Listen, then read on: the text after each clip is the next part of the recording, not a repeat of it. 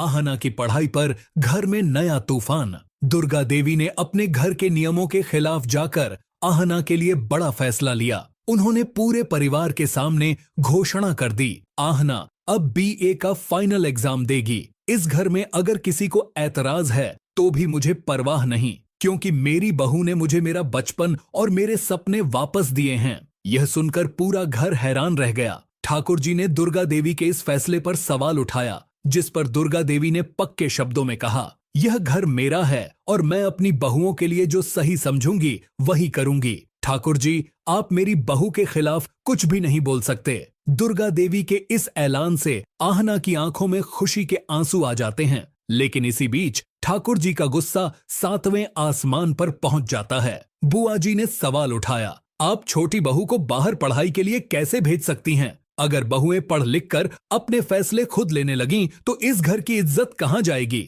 दुर्गा देवी ने सख्ती से जवाब दिया, ठाकुर जी, मेरे फैसलों पर कोई सवाल नहीं उठा सकता। यह घर मेरा है और मैं तय करूंगी कि मेरी बहुएं क्या करेंगी। ठाकुर जी का मुंह तो उस वक्त बंद हो जाता है, लेकिन मन ही मन वो दुर्गा देवी और आहना दोनों के खिलाफ बड़ी साजिश रचने लगते हैं। असल में ठाकुर जी का असली इरादा घर की नई मालकिन बनने का है, क्योंकि दुर्गा देवी की तबीयत बिगड़ती जा रही है और ठाकुर जी चाहते हैं कि सही वक्त पर वो इस घर की कमान अपने हाथ में ले लें। लेकिन दुर्गा देवी को उनके इरादों की भनक लग चुकी है, इसीलिए वो ठान लेती हैं कि इस घर की बागडोर अब किसी और को नहीं बल्कि आहना को ही सौंपी जाएगी। आने वाले समय में सबसे बड़ा सवाल यही है, क्या आहना अपनी पढ़ाई पूरी करके घर की नई मालकिन बनेगी या फिर ठाकुर जी की साजिशें जीत जाएंगी? देखना बेहद दिलचस्प होगा।